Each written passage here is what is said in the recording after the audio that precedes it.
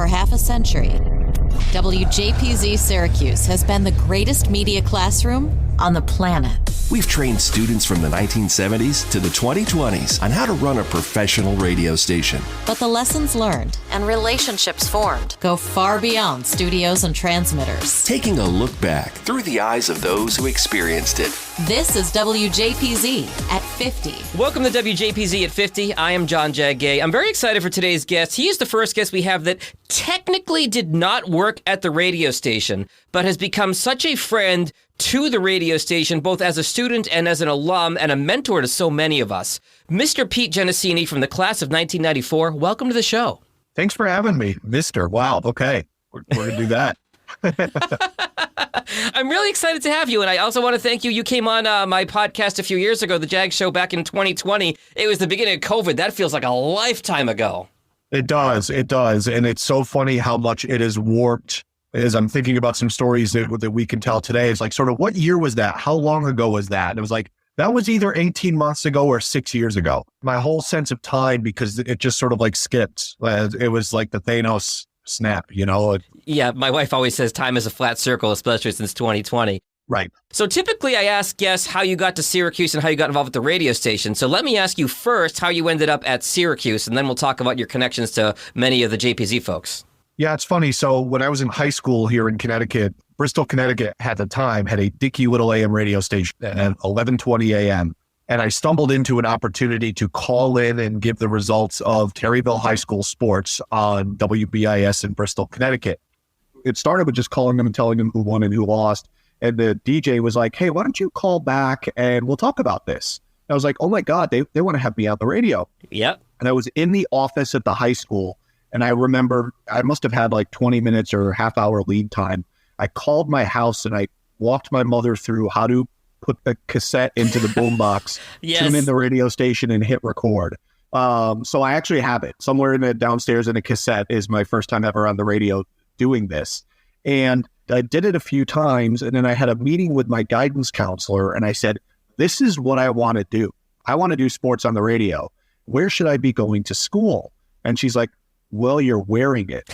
And I had this terrible Syracuse sweatshirt with like the Tasmanian devil dunking or, you know, something on it like that. I remember those. Because I loved Coleman, Owens, LaRon Ellis, Stevie Thompson, like just from watching them on television. I didn't have a connection to the university or anything. I just loved the team. And so I come home, Dad, my guidance counselor says I need to go to Syracuse. So apply to a few schools, go up for the campus visit. I forgot we parked somewhere near Krause. And the very first building we set foot in was the McDonald's that was at the time on Krause across the street from Faegans. Which was then a bagel shop and I think is now the Orange Crate Brewing Company, if I'm not mistaken. I think that's right, or right next to it at least. And we walk in and in line in front of me is Billy Owens, LaRon Ellis, and I think Michael Edwards.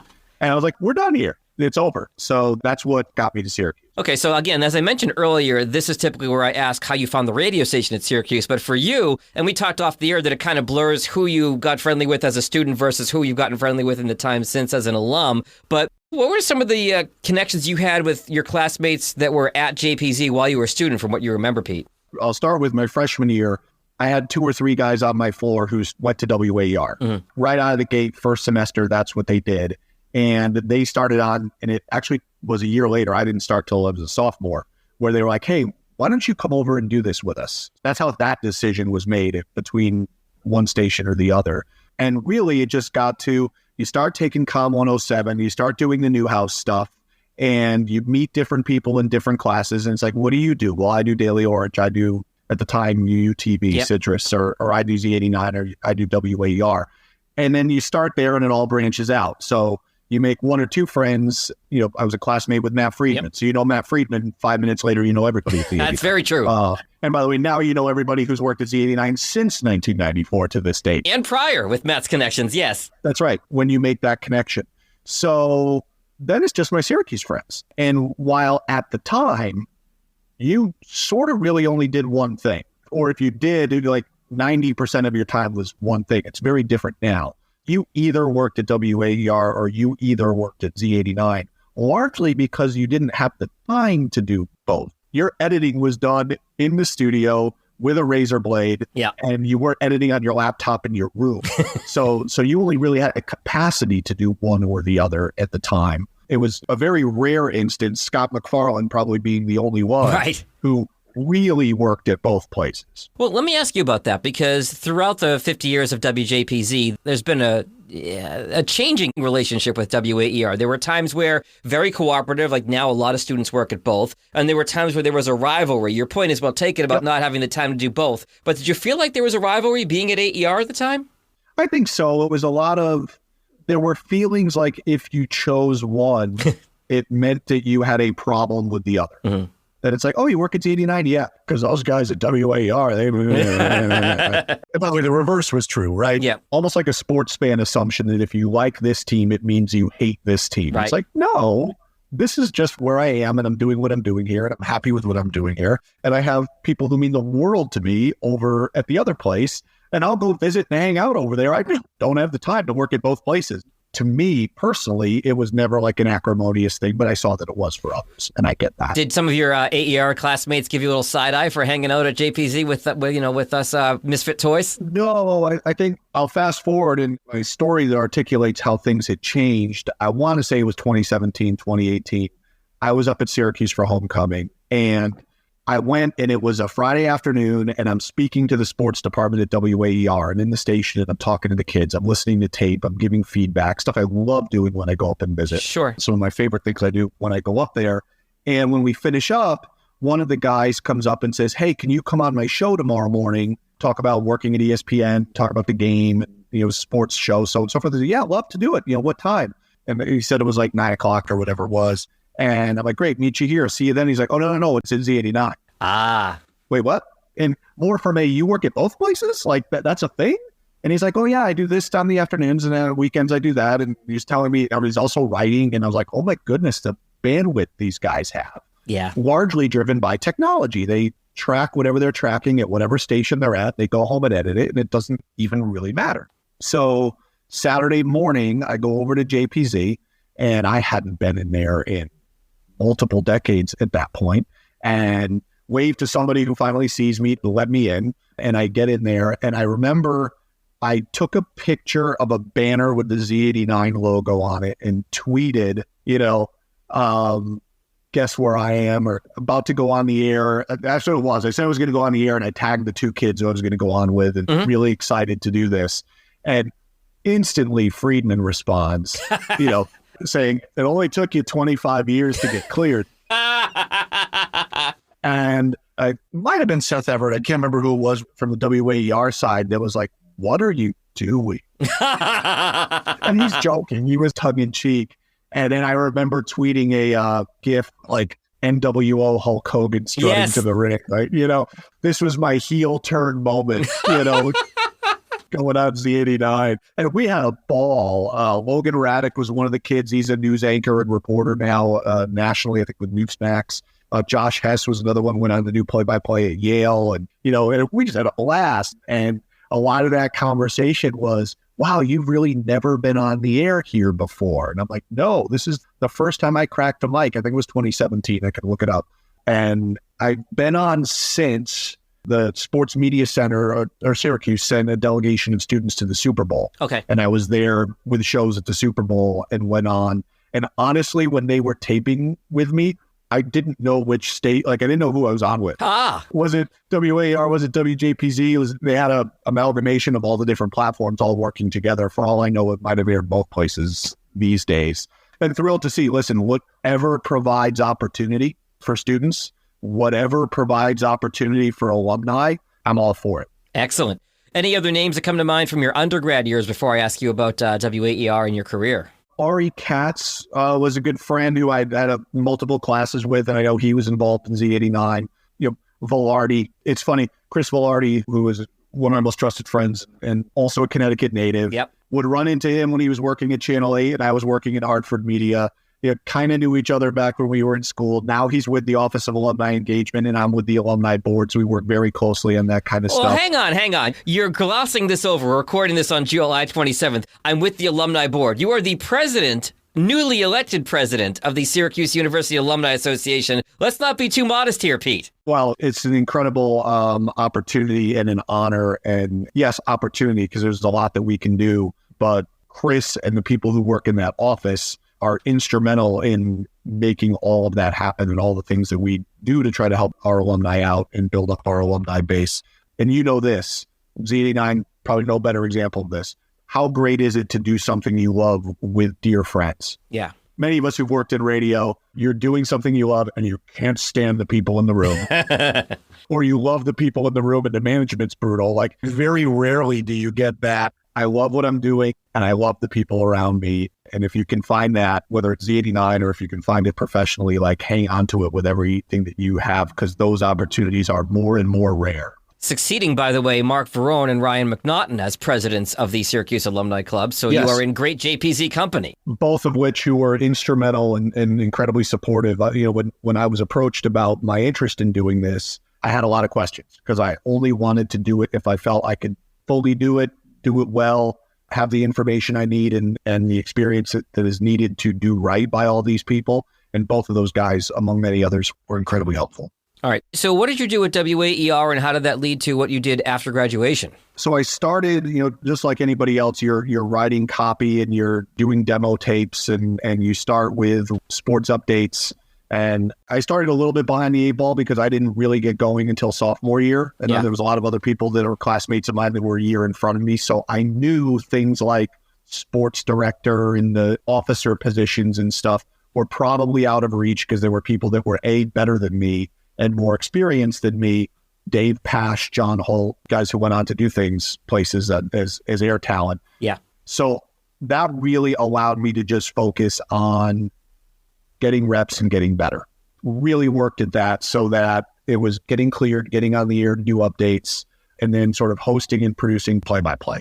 And I went to school wanting to do play-by-play. I wound up on a different track, but it was what I wanted to do. So I did get the opportunity. It didn't come around until junior year to do basketball and lacrosse play-by-play. And then by the time I was a senior, I got a couple of football games. Mm-hmm. Now, keep in mind, the football team, so my 4 years in school were the 4 years with Marvin Graves as quarterback. Okay. And the first 3 years, we beat Florida, we beat Texas, we beat Ohio State in a bowl game. Like, the program's rolling.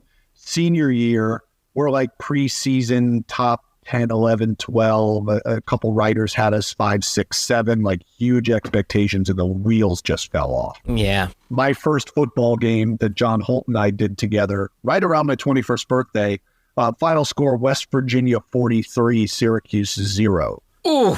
Was my first game. And not only that, I think the way we did it was I called the first and fourth quarters. He called the second and third quarters. I only got one of West Virginia's touchdowns.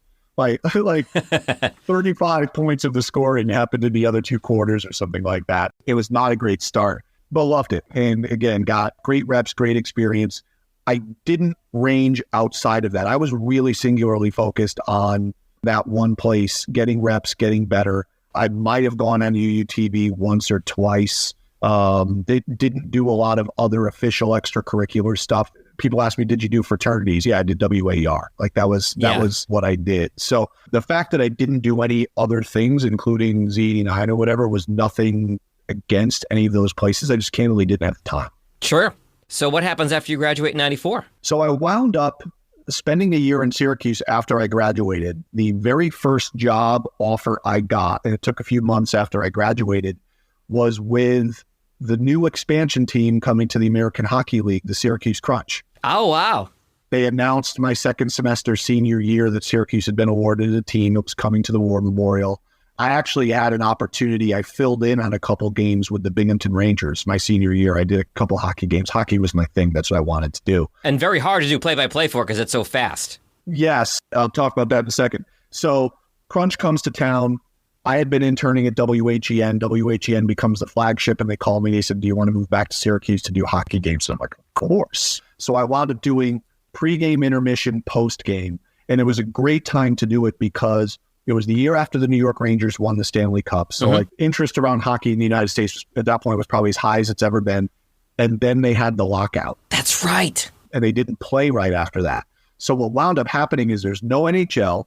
ESPN was putting AHL games on ESPN2, like to fill programming at the time. And all of the NHL teams were sending their coaches and their general managers and everything to these minor league games because they didn't have anything else to do. Oh, wow. So it's like, you're going to the War Memorial and Mike Keenan's there and Colin Campbell's there and different general managers. And they brought in Gordie Howe for a game. And so for this dinky little arena in a minor league hockey team, it was an amazing experience. And the other side of that was, and you talk about Z89 now, is I lived just off of campus. So I had everything in terms of socially, right? Faegans, you name it, going to games, the whole deal, without any of the academics part. Like, I lived in a house just off campus with roommates. I had a job at the mall to make ends meet, and then did the hockey games on WHEN. So that's when I made a lot of my best friends were a year behind me at school for that reason. So, Velarde and Ryan McNaughton and Tina Staclosa, who was a dear friend my senior year, and even that following year, there's a lot of class of 95 people I wound up bonding with for many, many years to come by that 1 year that I lived there afterward. I won't belabor the point because we talked about it in so many episodes, but that class of 95 is just legendary in terms of JPZ history, so many names. So it's not surprising that you connect with all of them in what we'll call your super senior year. Right. Super senior year. It was super. That's for sure. So what's next after that, Pete? So I did that for a year and then had an opportunity. I should say, as much as I loved doing the hockey games and loved working at that radio station, I got to do lots of stuff. It was $6 an hour. Ugh. And the radio station was in the process of being sold. And I had an opportunity to work at a radio station in Hartford, which is where home was, for the massive pay bump to $8 an hour. And by the way, I could move home and not pay rent and everything that came with it. But I really loved what I was doing in Syracuse. So I went back and I'm like, if you took me from $6 an hour to $7 an hour, I could stay. And they're like, nope, can't afford it. And I'm like, all right, gotta go. Okay. And it wound up being a blessing. Station was sold. Everybody got blown out, so on and so forth. Thank God I moved on what I did. Did a couple of years producing morning radio in Hartford and actually producing Patriots broadcasts. We were the Hartford affiliate for the Patriots, and we did some pre and post stuff locally around it that I got to host and produce and so on and so forth. And actually, we were the spillover station for the Whalers, so I got to produce some Whalers games, that's what I went to school for. I wanted to do the Whalers, so I got a little taste of that, and they moved away the next year. We won't go there. I know that's a touchy subject for you. But that actually stumbled into an opportunity to pick up a weekend gig at ESPN as a production assistant on top of working in Hartford. So the Syracuse thing was a year, Hartford was 2 years, and then ESPN was almost 26 years. How does that go where you start as a production assistant at ESPN and then work your way up the food chain there in the audio world? Some of it's right place, right time. Some of you might remember ESPN Radio started as exclusively weekend programming. It was Saturday and Sunday nights. It was like 7p to 1a or something like that, Saturdays and Sundays that they offered to stations. And that's all it was. And so I would work sun up to sundown those days. You're rolling on games, cutting highlights, whatever, and you're producing those nights shows or supporting those nights shows. And then they expressed interest in going to 7 nights a week. And obviously they need more people and more hours to do that. They added the Tony Kornheiser show. They had the Fabulous Sports Babe, and they started putting the pieces together. And they took me to lunch and said, would you leave your radio station in Hartford to come here full time? But I'll say this, and a lot of people will relate to this who worked at Z89 or WAER. The position was a production position. It was not on air. At my Hartford station, I had some on air run and I was doing producing, so on and so forth. They were very blunt with me and they said, this is a production position. It's not going to lead to an on-air opportunity. You are making a career decision. Oh, wow. That you're going into production and you're not on the air. And I actually asked for a day to think about it. And I went home and I opened up my cassette box with all my tapes on it, hockey play-by-play, football play-by-play, updates, all of that stuff. And I sat and I just listened and I hit play and I thought to myself, how good am I? Wow. Right. And how willing am I going to take that IBA job in Sioux Falls, or am I going to take that single A job in Fort Wayne and all these great opportunities a lot of people do incredibly well with and go on to great things? Or am I going to go work in my hometown at the worldwide leader in sports and sort of set my ego aside and do that? And I listened to my stuff and I said, I'm good. I'm not great. Okay. In terms of my on-air capabilities, so on and so forth. I took the gig with ESPN and it was the ride of a lifetime. And I never missed the on-air thing a bit. That's fascinating because that's a crossroads. That's a really hard spot. I think a lot of our listeners can relate to that moment in time. And the fact that you made the decision and you say you never regretted it, that's huge. In fact, it was funny because here's putting a close on the on-air thing. So Hartford Whalers leave, Hartford Wolfpack comes to Hartford, so the minor league hockey team. The Crunch are in town. And my former broadcast partner, Joel Stern, who was the play-by-play guy, calls me and says, hey, I don't have a color guy for the game. Do you want to come do the game with me since we're in town? So I got permission from ESPN, got the night off, whatever. And now I'm sitting in the broadcast position in the Hartford Civic Center, calling. It's not the Whalers, it's not the NHL, but it's what I wanted to do. Wow. And I got one shot at it. I'm doing a hockey game in Hartford. And the Crunch were trailing the Wolfpack 5-4 late in the third period.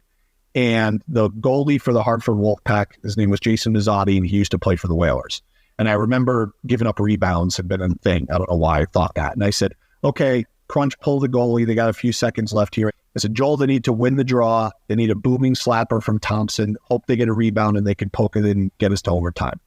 Wouldn't you know that's exactly what happened? They won the draw. Brent Thompson with a booming slap shot off the pad. Somebody pokes it home. Ends in a 5-5 tie, which was a thing at the time. When the game was over, I said, you didn't happen, and he pulls out the cassette, the whole thing. And I grabbed it and I put it in my pocket and I'm like, I'm done. I'm good. Wow. My performance was average, but I knew what I was doing. And I got to do my last game in the Hartford Civic Center at a hockey game, and I will not do another game after that. You were Tony Romo. You were calling the play right before it happened. That was it. That was a very nice capper to my decision to be like, okay, I had my fun and now I'm going to go do this. And had lots more fun, but in a different way. That's amazing. So take me through some of your time at ESPN and what you did there working your way up. So we went to 7 days a week, and we also got the rights to Major League Baseball. Starting in 1998 was our first season with ESPN Radio as the home of Major League Baseball. And I remember because at the time we only really had a couple of studios and we're doing all the games, right? This was the wild card had just come in, the expanded playoffs had just come in. Oh, yeah. And we needed studios. So I wound up going down to New York to the fabulous Sports Babe studio and producing studio for the division series. I think it was the Yankees and the Texas Rangers at the time, and got to do a bunch of baseball. And then we went to 24/7. I was started by producing overnights with Todd Wright, which was a wonderful opportunity because none of management was listening. We could just try stuff, Yeah. It's trivia night. We're going to talk about intercontinental champions. And nobody cared, right? We did whatever we wanted. Love all the wrestling references, by the way. Continue. I booked The Rock at the overnight radio show as he was just coming up. Oh, amazing. A lot of fun stuff we had then. And then they were shuffling the deck on different assignments, and they asked me to fill in on mornings, our morning show with Tony Bruno and Mike Golick that we had. And they knew that I had experience producing morning drive radio in Hartford and in Syracuse. So like the entertainment value of doing a morning show. And what I didn't know is when I was filling in that week, they were actually auditioning me. Ah. And then after that was over, they said, hey, we'd like to move you to mornings full time. Wow. So I moved on to the morning show.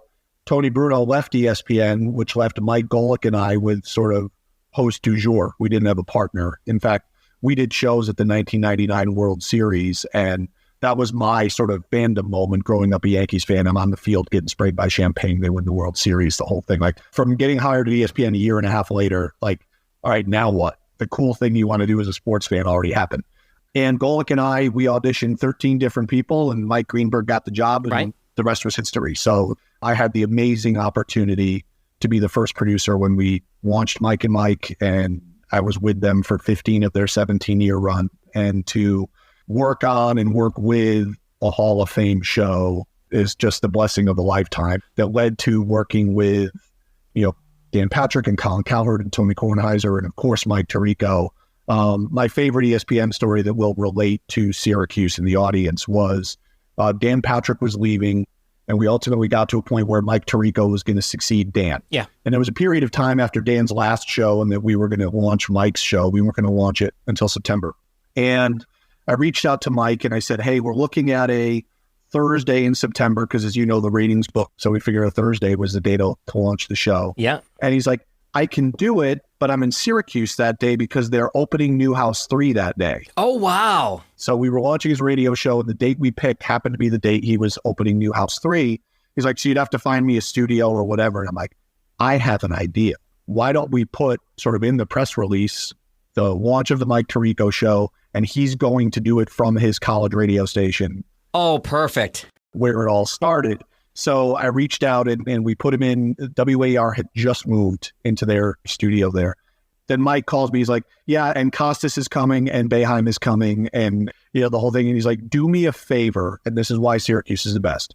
Do me a favor. Make sure as many students as possible could be there. That sounds like Mike Tirico. You know, and so on the producer side of the glass or in the adjacent studio, it was just all people pressed up against the window. By the way, many of whom have now gone on to, you know, Nick Wright, Danny Parkins, you know, so on and so forth. And that was one of the favorite things I got to do, was to launch Mike and Mike and then launch a radio show with Mike Tirico, who's become a dear friend at Syracuse. And the funny thing about that was the person who I hired to produce his show, for whatever reason, couldn't make that trip. So I produced the show and hadn't done it in years. And I'm like, well, if I'm going to produce a radio show, I may as well be back where I was. So my point being is the Syracuse thread, the alumni thread, I skipped over 2003 when Syracuse wins the national title. If you're at ESPN in 2003, every third car in the parking lot had a national champions bumper sticker or license plate frame or auto on the antenna back when those were a thing. Yeah. That's probably the last, you know, hey, how did you know this Z89 person? So at ESPN, I worked with Matthew Berry on, you know, fantasy podcast for years and got to know Alex Brewer and his wife Molly and so on and so forth. And Alex and Molly were the ones who got me to come up to the banquet where I met you and so many other great people in 2020.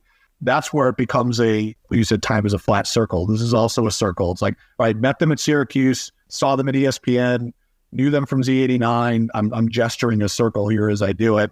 And then it's like, but we're all orange. Like I've lost track. Did I know that person when I was in school? I think we met once, or maybe I know them from the banquet or whatever that is. I love how it's all blurred now. And maybe that's because I'm old and my memory's blurred. But I also think the perception of, you know, yes, I'm Syracuse. I'm proud of my degree. I'm proud of what I did there. But then you see much deeper than that. I was Z89. I was ROTC. I was ambulance. I was sour citrus. That's what brings people back. And that's what keeps people engaged. And we can talk about the time I came to the banquet and hung with you guys. I just remember looking around going, my God, if we could bottle this. Not just the passion for that radio station, but for each other as people. I just kept watching the same greeting happen over and over again. Person locks eyes with someone across the room they haven't seen in a long time, tries to wrap up the conversation they're having because they really want to get to that person that they haven't seen. Big hug, how you doing? And then they're already seeing the next person that they really want to go say hello and have that hug with. And I remember, whether it's people that I knew or people I was meeting for the first time, at the end of it, and they're like, how was it? And I said, I had 2/3 of an awesome conversation with 1 million people.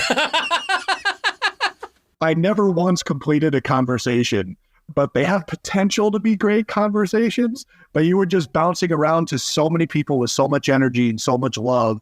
It really was, this is how it's supposed to work. Was that when you first came to the banquet in 2020? 2020 was the week before COVID. I mean, you really became indoctrinated in 2020, that year you were there. Maybe it was COVID. I don't know what the timing was. It was the week before the pandemic started.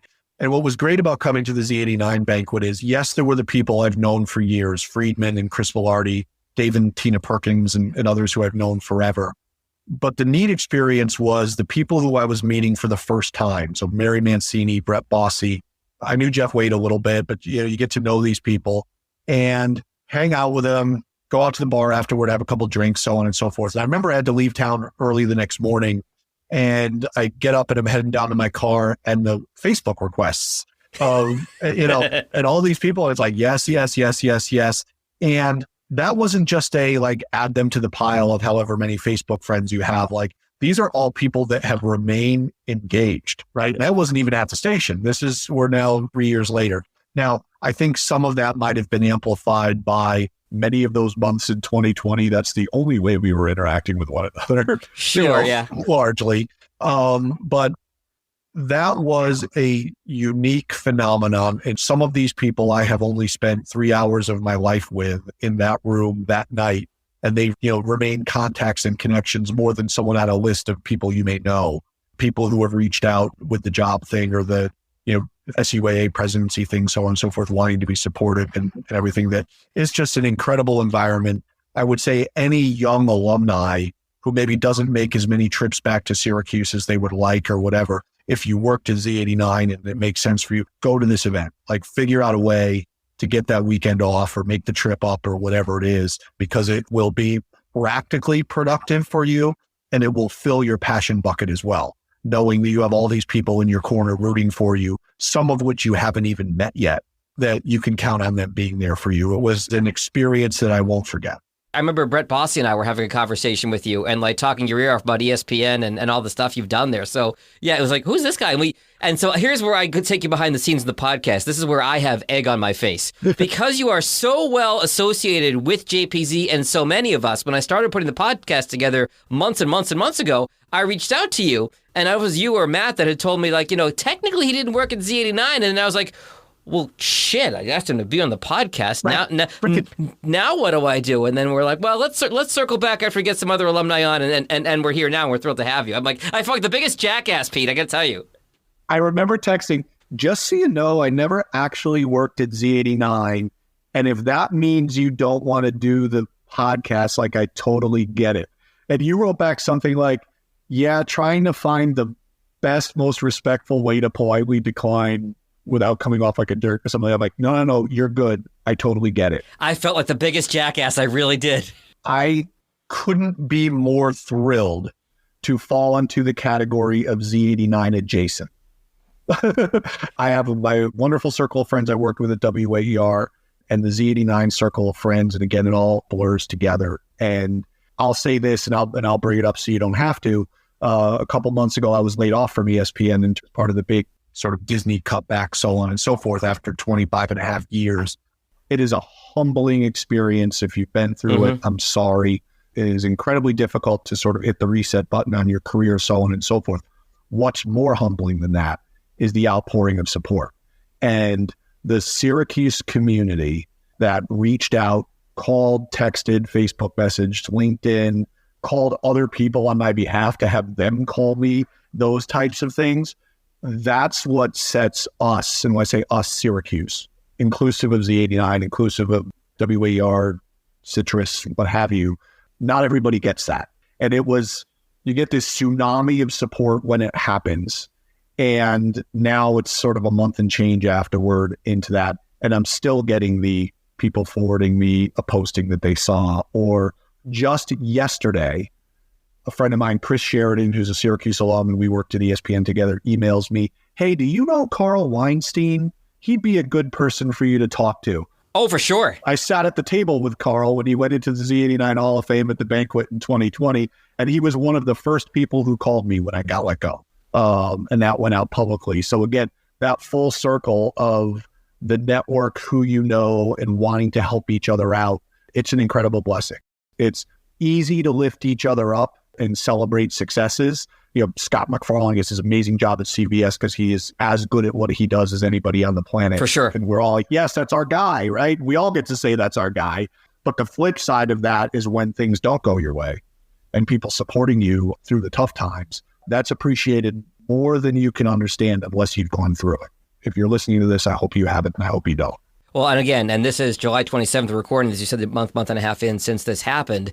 Yes, it's part of you being part of the Syracuse and JPZ family, but the flip side of that is, because this needs to be said, it's also a reflection on you, Pete, and the way you've treated people and your professionalism and the way you've carried yourself in the time we've all known you, that we want to reach out to you, that so many of us do reach out to you. We're not just going to reach out to somebody because they went to JPZ or because they went to Syracuse. Like, people are reaching out to you because they know you and they know the quality of person and professional that you are, and I think that needs to be said. I appreciate that, and I do think some of that comes from within the Syracuse community. I know this is the case at Z89. I know this was the case at WAER.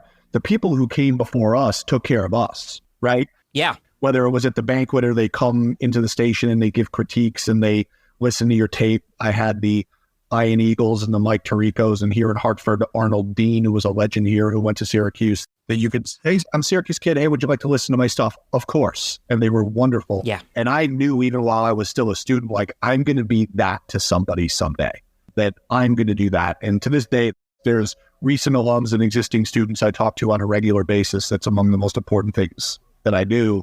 And I saw it in and around the Z89 banquet. It was like, yes, would you speak on this panel? Sure. Would you like to come? And then, oh, by the way, would you come by and meet with the current students on Friday afternoon? Like, of course. Right. If you don't have the opportunity to do that, either your travel situation or whatever it is, you're missing the best part.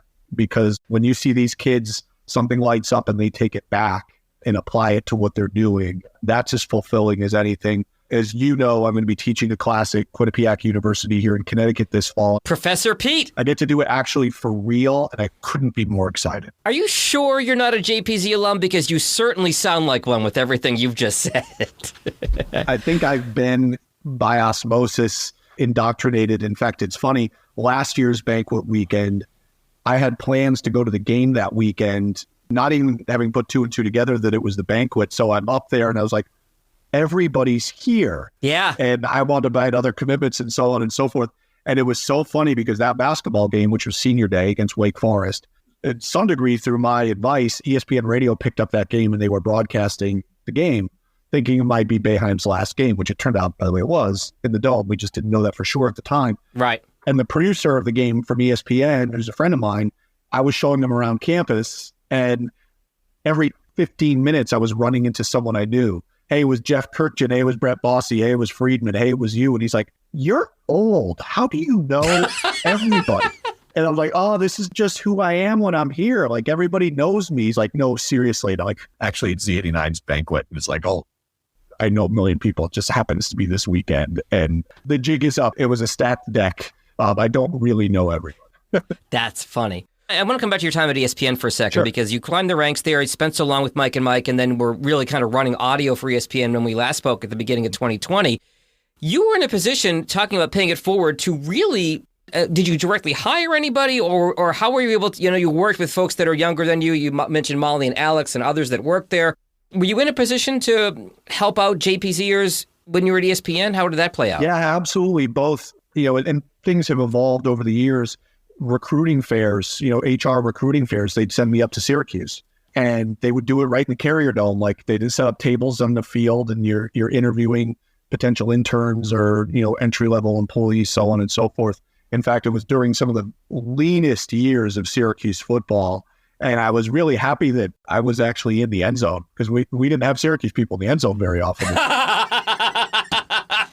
They set my table up in the end zone. I felt really good about that. So there was the formal, interviewing people for internships, et cetera. And some of them panned out, the people who became, worked at ESPN or at least got a really good look at an opportunity there.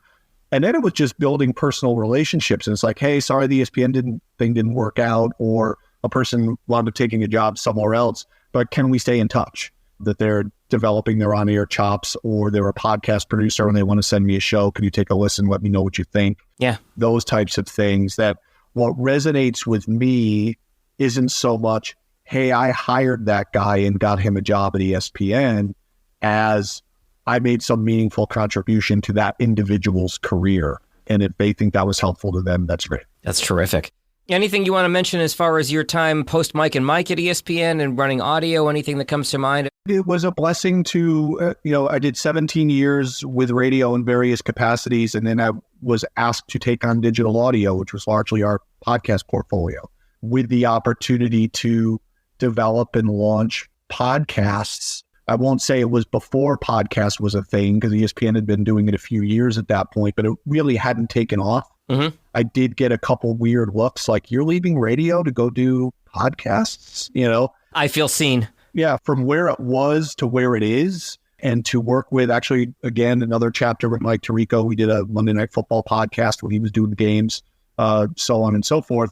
But to work with Bomani Jones and Matthew Berry and Julie Foudy and many, many of our other talent, to just do a movie podcast with Adnan Virk and the Levitard guys and everything that came with it, right? That was an amazing opportunity to, once again, here's our stick and ball shows, that where we're going to play it straight and we're going to talk about Monday Night Football.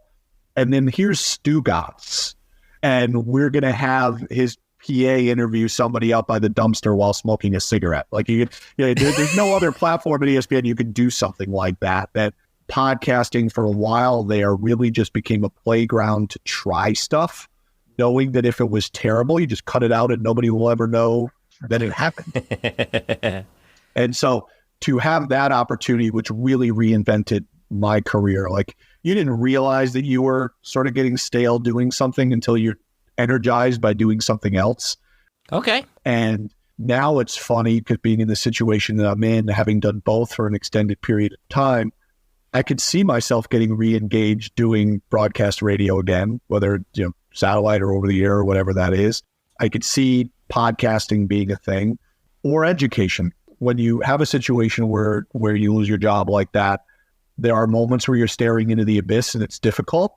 And there's moments where you're looking at the blank canvas and you realize, I can do anything I want. Wow. It's not that easy, unfortunately, but it is exciting. So the idea to be able to touch and do different things, and even in the last couple of years in the podcast space, we started interacting and integrating with other areas of the Walt Disney Company. So I got to meet with and advise on some of Nat Geo's stuff they were doing. Disney Parks launched a podcast. The Disney Movie Insiders launched a podcast about their movies. And they would say, hey, can you take a listen to this and give us feedback? Our ABC partners, who had so many great podcasts that they do, to be able to do some things outside of sports was really exciting as well, and use different muscles than maybe what I've done producing sports talk radio. So having the exposure and the opportunity to the platforms, the caliber of talent, both on air and off air, that we got to work with, wouldn't do anything differently, and didn't take it for granted at the time, and certainly don't now. Well, let me ask you this. I've asked people who worked in radio their thoughts on the industry. You, unfortunately, were just let go from ESPN. ESPN has had several rounds of cuts in the last several years. ESPN, Disney, ABC. From somebody who has just recently worked in it on the audio side and is now looking for your next opportunity, and this is kind of a broad question, so forgive me, but sure. The world of traditional TV and radio, how is it changing, and what does the next year or so look like in your eyes? Year or so is hard. Or 5 or 10, if you prefer. It's the constant evolution of technology. This is probably the best way to illustrate it. So in my last year and change with the company, we made great efforts to add YouTube and video to as many podcasts as possible. I think we went 2 titles had video, Fantasy Focus and our draft podcast. And a year later, like 25 of our titles had video, right?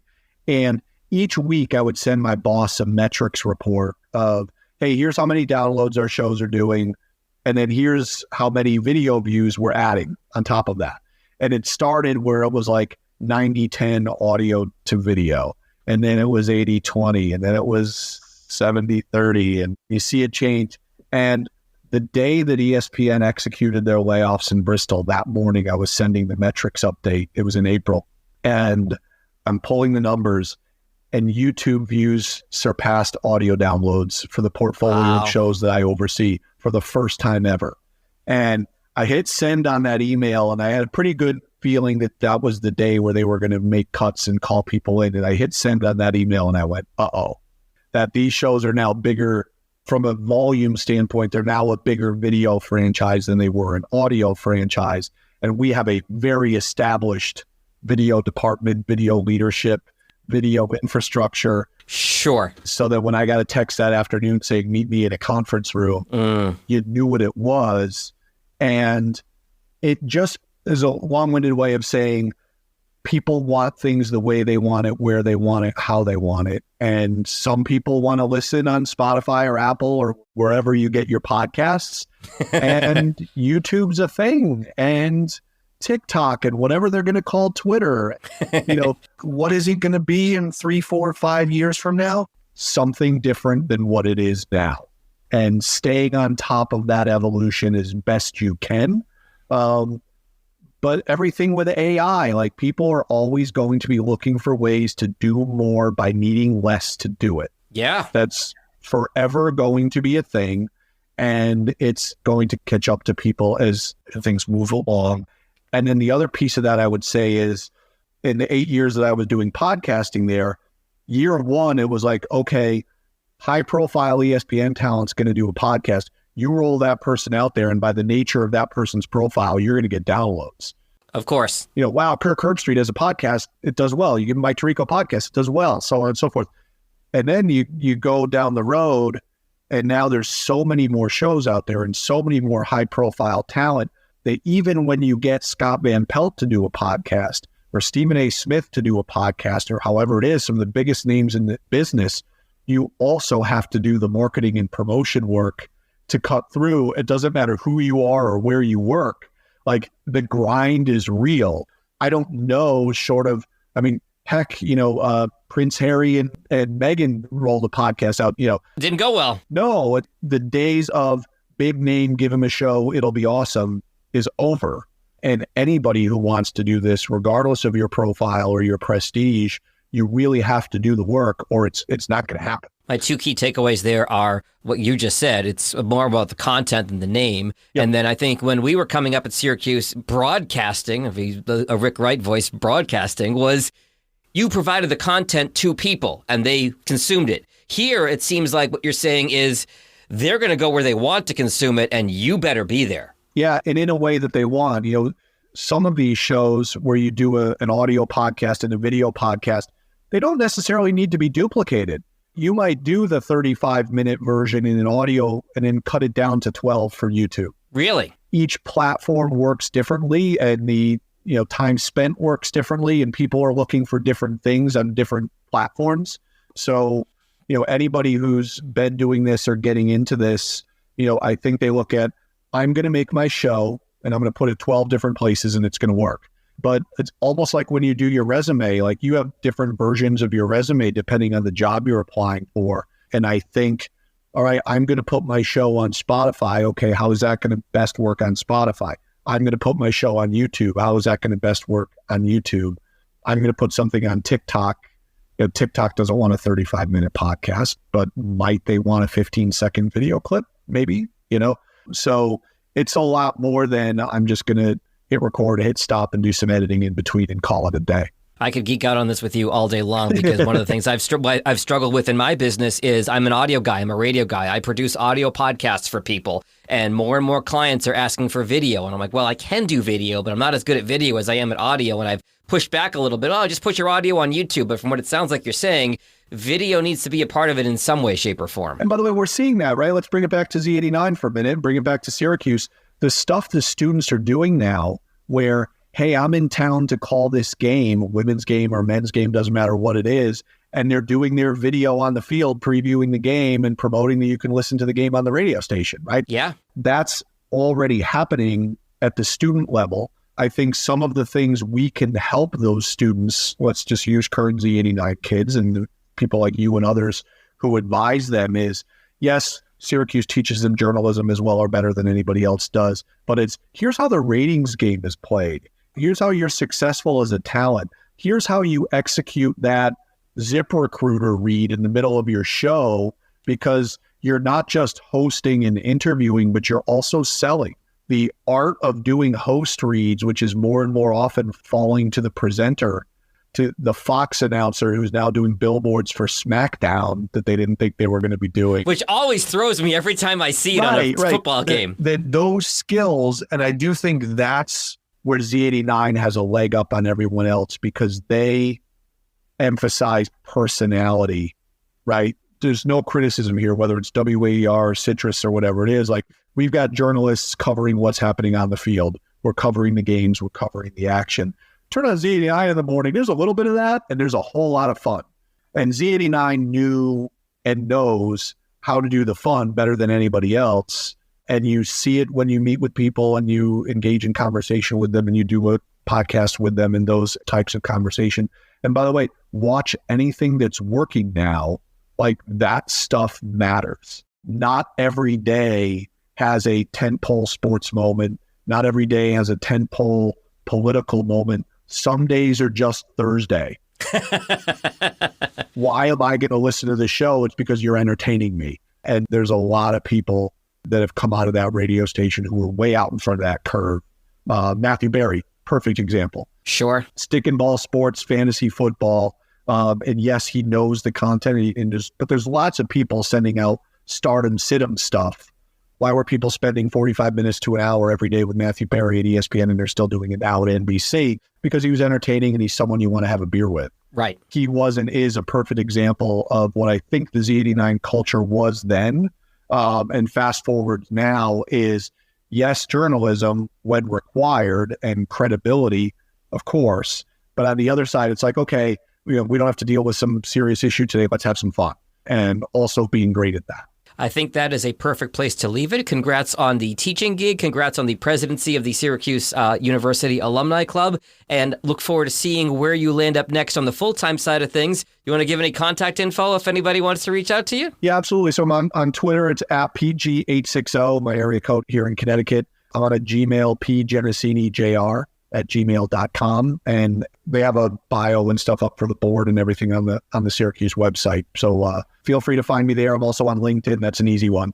And I'll be on campus Orange Central this fall for the Clemson game. So I'll be up there for that weekend. If you're going to be on campus, let me know.